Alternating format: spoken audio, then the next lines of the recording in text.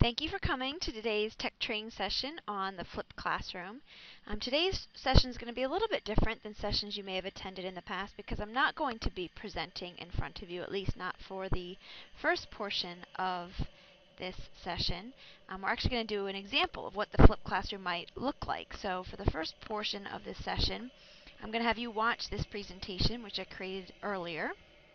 And then for the second part, we're going to come back together as a class and work collaboratively discussing ways we could use the flipped classroom to better meet the needs of our students. You may not have any idea what the flipped classroom is all about, and that's okay. We're going to talk about that first and foremost, and then we'll talk about some of the pros and cons as well. So what is flipping the classroom? Basically, it's a way that allows teachers to use the class time for teaching, which isn't just lecturing students. In this type of environment, students are going to watch lectures at home and use class time for homework with support from the teacher so that they're more successful in that homework, or other collaborative activities where they're working with their peers. The greatest thing about the flipped classroom is it really allows more time for those in-depth application projects that you typically don't have time for in a traditional classroom. The classroom of the past, or present as it may be, is very teacher-centered. The content's delivered typically in class via lecture, and it makes the use of textbooks. The classroom of the future we think is going to be more student-centered and allow class time for student collaboration, discussion, and projects. It also makes the use of some of our online resources such as YouTube and Khan Academy. And one of the great things about learning about the flipped classroom is that even if you don't completely flip your classroom, you don't think it will work for you, you can still use some of these online resources for remediation, students that may need a little bit of extra assistance, or for extension for students who are ready to move on, but you just can't meet their needs in your classroom, especially when you have 30 plus students in a class. This diagram shows a little bit the traditional versus flipped classroom. So instead of lecturing to students, students are going to use time for activities in class, and they're going to watch lectures online at home. One of the great things is that, again, at their own pace, students are working at their own pace, so they can stop and rewind a lecture if they need another example of that content. Or they can kind of skip ahead if they're a more advanced student. There says here part about communicating with peers and teachers via online discussions. That's a very advanced feature. Certainly college students are doing that right now. It may not be applicable for middle school students, especially with varying degrees of online access, but that's something we could discuss as well. And the great thing is, again, concept engagement takes place in the classroom with the help of the instructor. So the students are practicing homework problems in class. If they get stuck, they have their peers or they have the teacher there to support them. A little bit on the history of the flipped classroom. The flipped classroom was started in 2007 by these two gentlemen. They were chemistry teachers, and they really started it as a way to provide content to students who were absent from class. If you want to take a second and pause the presentation, you can watch The Flipped Classroom is Born. That's a little bit about how the presentation came about. And then Aaron Sams, he's the gentleman here on the left. The second video was one where he discusses why it really works for him, how it allowed him to really work with his students on a higher level in class and delivering content to them out of class.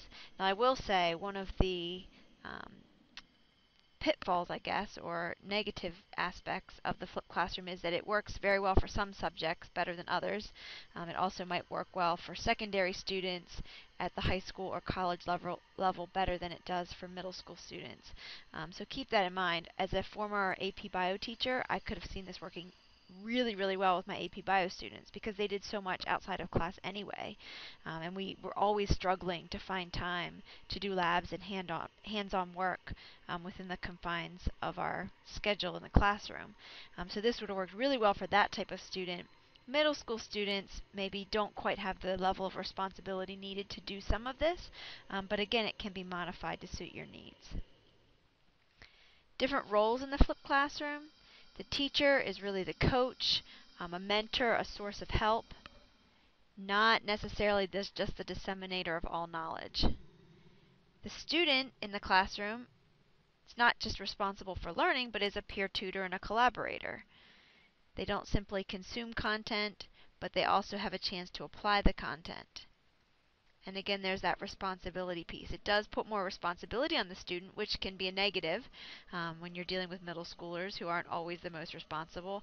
But it also does kind of put some of that on them, which they need to develop as they're moving into the high school years.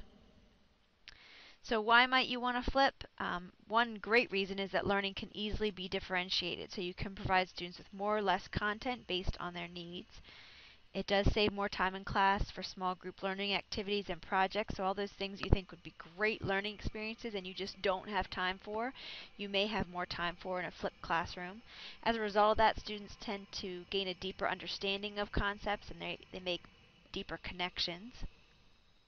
Students also have more support because you're there with them as they're working on practice problems or doing more homework type activities. And this, if you click on the link, 8 Great Reasons to Flip, it'll take you to an article that talks about reasons why it might be good to flip your classroom. I gave this handout to you, evidence that flipping works.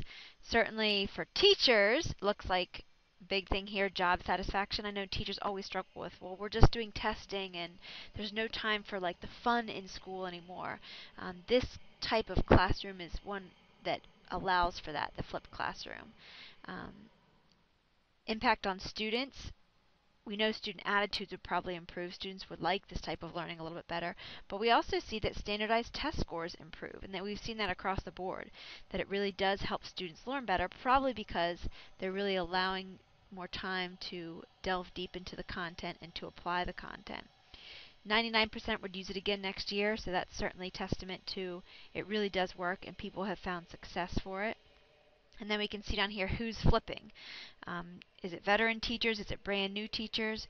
We see that, well, it really is. There's a lot of veteran teachers. 85% have 7 or more years of teaching experience. So it's not just those newbies that are really great with technology.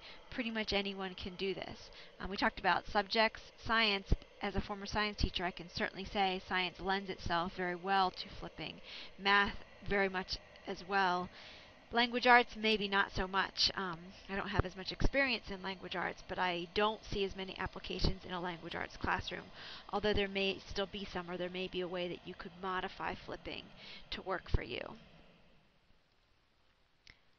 Some resources to flip your classroom. We talked about YouTube and Khan Academy. We also have our subscription to Discovery Education, and we do have student accounts in Discovery Ed, so you could create your own accounts for your students and assign videos to them to watch at home so that you could save that time in your classroom. Google Docs is a great way to do some collaboration that could also be done at home. So students could collaborate at home, not necessarily only in the classroom. In terms of assessments, we use a lot of time in class to take IA tests, and of course some of those have to be taken for security reasons. We don't want students looking back in their notes or so on. But what about pre-tests? Pre-tests could certainly be taken at home, and IA tests can be taken online at home if your students have that access to online internet. And then in terms of resources to record your own lectures, Cam Studio is a free open source that you can use. I do also have some licenses to Camtasia Studio. It's a 30-day free trial, but that's what I'm using for today's presentation. And I can provide those if it's something you really are interested in. Jing is another online open source recording option, and then you can post to YouTube. So if it's under 10 minutes, anything you record can be posted to YouTube completely for free. Some examples here, I included one teacher who's created his own YouTube channel for his biology class where he posts videos for his students. It's definitely taken off. We can see over 40,000 subscribers and 7 million video views. So certainly his students are watching his videos. And then the second link is some stories about educators teaching in the flipped classroom and how it's been successful for them. Alright, so now that you've watched this short presentation, this would be what you would have done at home in the flipped classroom. We're going to come together and discuss questions, discuss pros and cons of the flipped classroom, and maybe brainstorm about some ways that you could use it in your classroom.